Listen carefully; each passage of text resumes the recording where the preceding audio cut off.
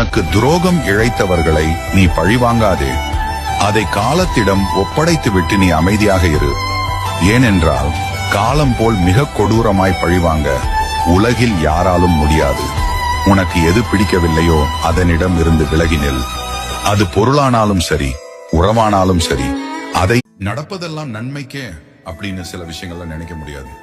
நடக்காதது கூட நம் நல்லதுக்கு தான்ற மாதிரி இருக்கும்.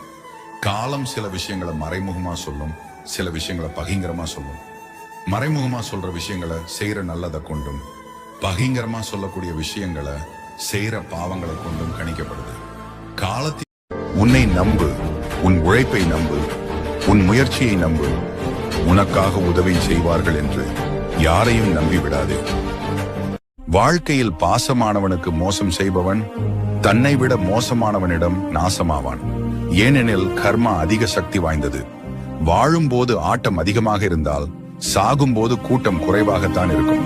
நேற்று ஒரு புன்னகை, இன்று ஒரு மௌனம், நாளை ஒரு நினைவு, பின்னர் ஒரு மறதி.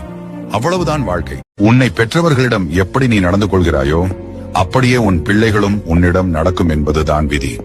இந்த உலகத்தில் நீ யாரையும் நேசிக்கலாம், உன்னை நேசிக்காதவரையும் நீ நேசிக்கலாம். ஆனால் நீ நேசிக்க மறந்தாலும் என் நேரமும் உன்னை மட்டுமே நேசிப்பவள், உன்னை மட்டுமே யோசிப்பவள் உன் அன்னை.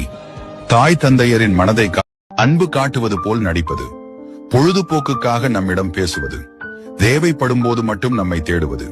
இவ்வாறுதான் இருக்கிறது சிலருடைய உறவு. சில நாட்களுக்கு அவர்களிடம் பேசாமல் இருந்து பாருங்கள். பொய்யான அன்பு காட்டுபவர்கள் உங்கள் வாழ்க்கையை விட்டு கரைந்து போய் விடுவார்கள். உண்மையான அன்பு கொண்டவர்கள் உங்கள் வாழ்க்கையில் உங்களை பற்றி எவரிடமும் விளக்கம் கூறாதீர்கள்.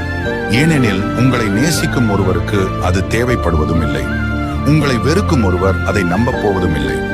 உங்களை வேதனைப்படுத்தியவர்களை வேரோடு மறந்து விடுங்கள்.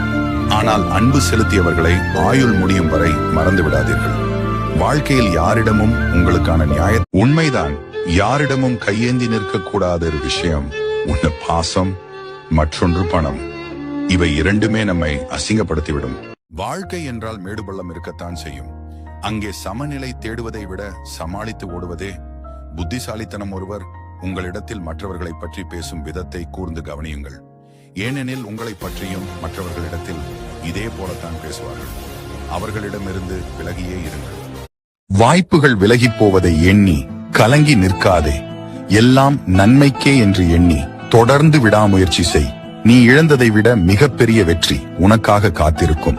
உங்கள் வாழ்க்கையை மற்றவர்களுடன் ஒப்பிடாதீர்கள்.